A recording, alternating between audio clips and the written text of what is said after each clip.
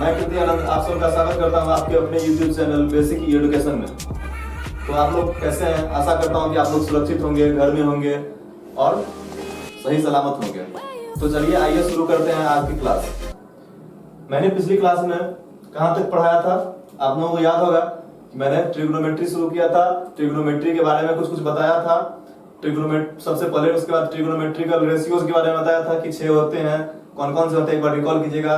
तो sign, cos, ten, cosec, सेक, cot. उसके बाद में उसका डेफिनेशन बताया था कि उसको डिफाइन कैसे करते हैं, कैसे उसको फॉर्मुलेट किया जाता है, कैसे उसको परिभाषित किया जाता है किसी एंगल के लिए। तो आपको याद होगा कि साइन को मैंने डिफाइन किया था लंब बट्टे कर्ण के रूप में, परपेंडिकुलर बाय हाइपोटेनियस के रूप में। कॉस को डिफाइन किया था मैंने। चलिए तो ट्रिग्नोमेट्रिकल रेशियोज पे कुछ क्वेश्चंस की बात कर लेते हैं। और हाँ, अभी जो मैंने पीछे बताया है वो पिछली क्लासेस की में मैंने पढ़ाया था। अगर वो समझना है कि वो कैसे हुआ कि साइन बराबर लंब बट्टे आधार, साइन का डेफिनेशन लंब बाय कर्ण कैसे हुआ, तो उसके लिए आपको पिछला वीडियो देखना पड़ेगा। तो वो जाकर के जरूर देख लीजिएगा, डिस्क्रिप्शन में आपको लिंक मिल जाएगा। उसके बाद ही ये समझ में आएगा, वरना वो समझने में प्रॉब्लम होगी, इसलिए वो जरूर देख लीजिएगा एक बार से। ट्राइंगल एबीसी में 20 समकोण है, यानी ये एक कोण समकोण होने पे ट्राइंगल कौन सा? ट्राइंगल भी 90 डिग्री हो गया। ए भी दिया हुआ है 24 सेंटीमीटर, बीसी दिया हुआ है कितना? 7 सेंटीमीटर। आपको सबसे पहले पाइथागोरस थ्योरम याद होगा। पाइथागोरस थ्योरम क्या कहता है? किसी राइट एंगल ट्राइंगल में ये कौन सा साइड? सबसे पहले तो ये राइट एंगल ट्राइंगल में कौन सा साइड है? हाइपोटेनियस है, कर्ण है। हाइपोटेनियस का square is equal to perpendicular square plus base square. Hypotenuse is equal to क्या हो जाएगा? वैल्यू डालेंगे तो 24 सेंटीमीटर का स्क्वायर प्लस ये हो जाएगा 7 सेंटीमीटर का स्क्वायर। ये क्या दे देगा हमको? 24 सेंटीमीटर का स्क्वायर करेंगे तो ये 576 सेंटीमीटर स्क्वायर, और ये देगा 49 सेंटीमीटर का स्क्वायर इज इक्वल टू कितना मिलेगा हमको? 625 सेंटीमीटर का स्क्वायर। ये निकल गया एच स्क्वायर, लेकिन हमको सीधे हाइपोटेनियस अगर चाहिए तो स्क्वायर दे जाएगा स्क्वायर रूट 625 सेंटीमीटर का स्क्वायर इज इक्वल टू क्या निकल के देगा? 25 सेंटीमीटर देगा। इसका स्क्वायर रूट निकालेंगे तो ये 25 सेंटीमीटर, यानी ये मेरा कितना निकल के आ गया? 20 परपेंडिकुलर बाय हाइपोटेनियस। हिंदी में बोले तो लंब बट्टे कर्ण।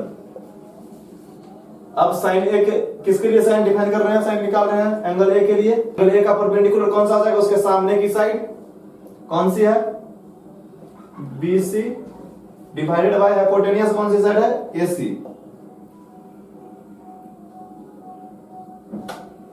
इज इक्वल टू अगर हम वैल्यू डालते हैं तो BC कितना है मेरा? परपेंडिकुलर यही है साइन ए का। साइन ए के एंगल ए के सामने की साइड यही है जो कि उस एंगल ए के लिए परपेंडिकुलर होगी। तो मैंने डाल दिया BC डिवाइडेड बाय हाइपोटेनियस कौन सा हो जाएगा? कर्ण कौन सा हो जाएगा? AC। Is equal to value डालते हैं। BC का कितना दिया हुआ है? 7 सेंटीमीटर डिवाइडेड बाय AC कितना आया मेरा? 25 सेंटीमीटर। यूनिट कट गया तो ये क्या निकल के आ गया? साइन ए क्या निकल के आ गया?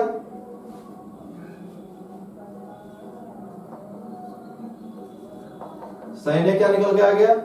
7/25। ये आपका आंसर हो गया ए का। साइन ए निकाल के मैंने बता दिया। अब साइन सी यानी सी के लिए साइन को डिफाइन करेंगे। तो मैंने बताया था कि एंगल के जब बदलता है तो उसके हिसाब से परपेंडिकुलर और बेस भी बदलते हैं, वो इंटरचेंज होते रहते हैं एंगल के हिसाब से।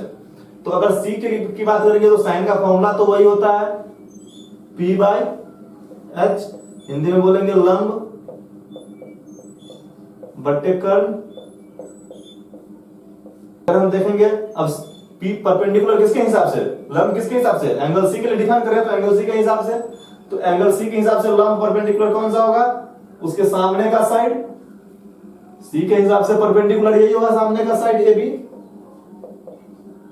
AB डिवाइडेड बाय कर्ण तो फिक्स है AC, इज इक्वल टू, अब A B by S C value डालिए A B by S C का, A B is equal to 24 centimetre है, डिवाइडेड बाय ए सी कितना है 25 सेंटीमीटर, सेंटीमीटर कैंसिल आउट हो गया, तो आपका साइन सी कितना निकल के आया 24 बाय 25। क्लियर है यहां तक? वही चीज था, बस एंगल के हिसाब से, जिस एंगल को डिफाइन कर रहे हैं उसके हिसाब से परपेंडिकुलर और बेस बदल गए, जिस कारण से ये वैल्यू भी बदला। कॉस ए निकालने के लिए था, वो क्या था, तो कॉस ए, तो कॉस का क्या होता है डेफिनेशन या फॉर्मूला, तो जिस एंगल के लिए निकालते हैं उस एंगल का जो बेस होगा वो डिवाइडेड बाय हाइपोटेनियस, या हिंदी में बोले आधार बट्टे कर्ण। तो देखिए एंगल ए के लिए निकाल रहे हैं कॉस को, यानी एंगल ए के लिए डिफाइन कर रहे हैं कॉस को, तो एंगल ए के हिसाब से, कोण ए के हिसाब से बेस कौन सा हो जाएगा, आधार कौन सा हो जाएगा, जिस पे आधारित है वो लंब ये हो गया, क्योंकि उसके सामने की भुजा लंब होती है, तो लंब ये हो गया, तो बच गया ये, यानी यही आधार होगा, यही आधार होगा। तो ए बी डिवाइडेड बाय कर्ण तो फिक्स है, एच फिक्स है, हाइपोटेनियस ए सी, वैल्यू डालिए, ए बी का वैल्यू डालेंगे 24 centimetre divided bye 25 centimetre, centimetre cancel out, तो कॉस ए क्या निकल के आ गया मेरा 24 बाय 25। और यहां से एक चीज ये क्लियर हो गया होगा कि किसी एक एंगल के लिए जो कॉस होगा 90 के अलावे जो बाकी दो एंगल्स है उसमें किसी एक एंगल के लिए जो कॉस का वैल्यू आएगा, दूसरे एंगल के लिए वो साइन का वैल्यू आएगा। जैसे आपने देखा था कि साइन सी का भी वैल्यू यही आया था, अभी आपने देखा था पिछले मैंने पीछे बताया है कि साइन सी कितना आया था 24 बाय 25।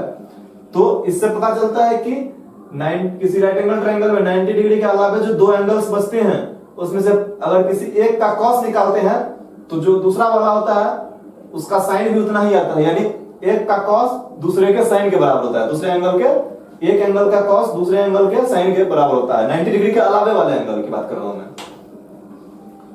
तो यहां से कॉस पता चल गया, कॉस कितना आया। इसी तरह से आप कॉस सी निकाल सकते हैं।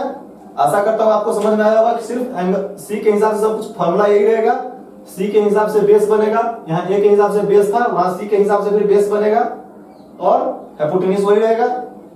फिर इसी तरह से tan का फॉर्मूला आपको मालूम होना चाहिए। tan सी क्या होता है, परपेंडिकुलर बाय बेस, हिंदी में बोलेंगे लंब बाय आधार। अब किसके हिसाब से लंब होगा, जिस एंगल के लिए tan को डिफाइन कर रहे हैं, सी के लिए डिफाइन कर रहे हैं, कोण सी के लिए tan को परिभाषित किया जा रहा है, तो कोण सी के हिसाब से ही लंब और आधार होगा। तो कोण सी के लिए निकाले ना, तो कोण सी के लिए लंब कौन सा हो जाएगा आपका, इसके सामने की भुजा लंब होगी, इसके सामने की भुजा ए बी डिवाइडेड बाय लंब के अलावा तीसरी भुजा जो, और कर्ण के अलावा तीसरी भुजा जो बचती है, यानी जिसपे वो आधारित है कोण सी, तो बी सी, वैल्यू डालेंगे तो हो जाएगा 24 centimetre bye 7 centimetre cancel out. तो आप देख रहे हैं tan सी निकल के क्या आ गया हमारा 24 बाय 7, ये आंसर है। इसी तरह से आप tan a निकाल सकते हैं।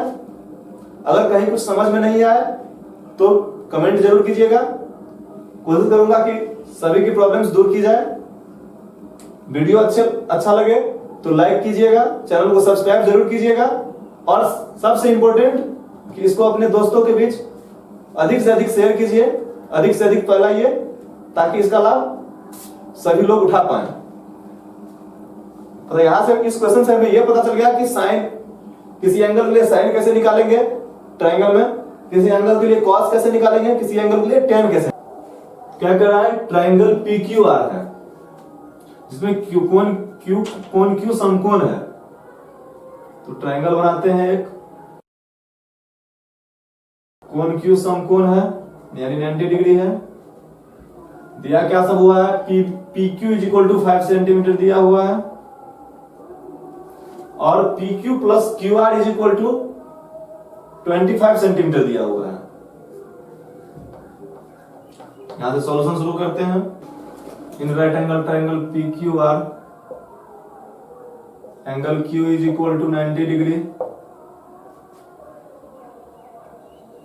P Q is equal to 5 centimetre, P Q plus Q R is equal to 25 centimetre दिया हुआ है। दैट इज वैल्यू डालिए पी क्यू का 5 centimetre plus Q R is equal to 25 centimetre. तो यहां से मेरा देयरफॉर क्यू आर कितना निकल के आ जाएगा 25 centimetre minus 5 centimetre is equal to 20 centimetre. यहां तक क्लियर है? तो क्यू आर निकल गया 20 सेंटीमीटर। अब ये 20 निकल गया, ये 5 है, तो हम यहां से पाइथागोरस थ्योरम लगा के ये पी आर निकाल सकते हैं, क्योंकि 90 के सामने ये हाइपोटेनियस होता है। यहां तक समझ में आया? By Pythagoras theorem. पर हाइपोटेनियस स्क्वायर, तो यहां हाइपोटेनियस क्या है? पी आर है। पी आर का square is equal to P Q square जोड़ क्यू आर स्क्वायर लिख सकते हैं, यानी परपेंडिकुलर एक होगा एक बेस होगा, तो हाइपोटेनियस का square is equal to perpendicular square जोड़ बेस का स्क्वायर होता है। मैंने वही लिखा, वैल्यू डालिए 5 सेंटीमीटर का स्क्वायर प्लस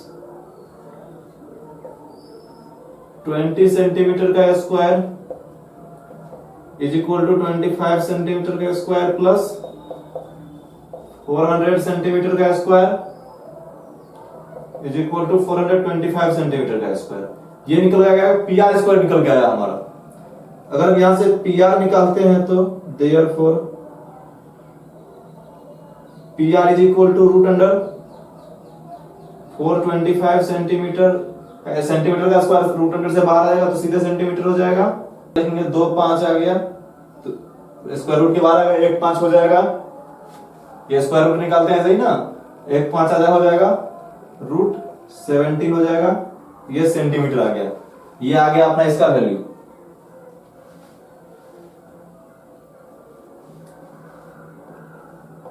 ₹5√17 सेंटीमीटर। अब मेरा सारा साइड्स निकल गया।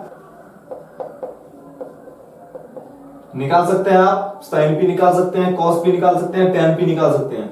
साइन पी, साइन का क्या होता है formula? Perpendicular by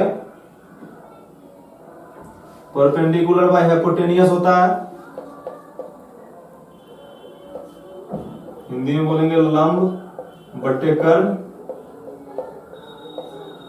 value put करेंगे, वैल्यू डालेंगे परपेंडिकुलर किसके हिसाब से? एंगल पी के लिए। एंगल पी के लिए साइन को डिफाइन कर रहे हैं, तो एंगल पी के हिसाब से,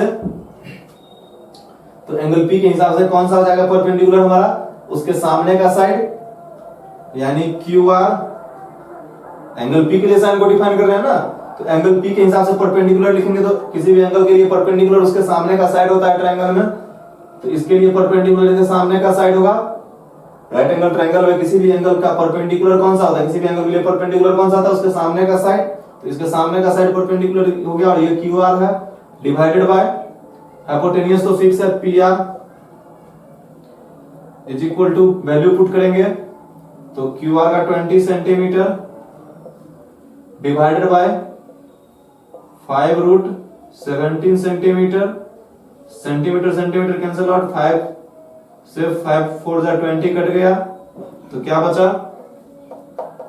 sign P is equal to क्या निकल के आ गया? 4/√17।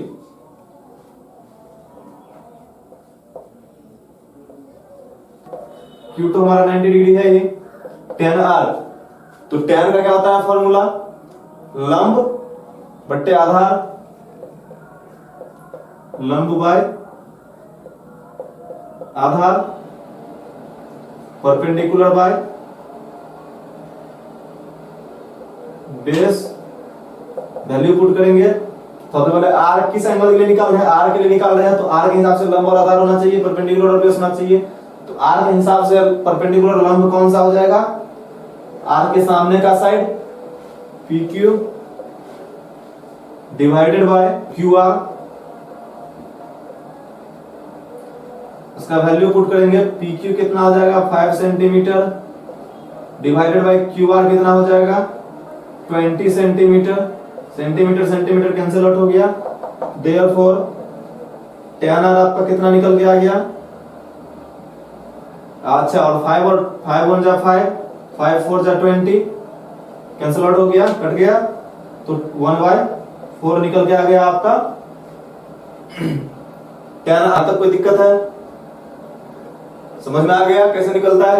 यहाँ r के लिए निकाले हैं, आप p के लिए निकालिएगा, ये आपका होमवर्क रह गया।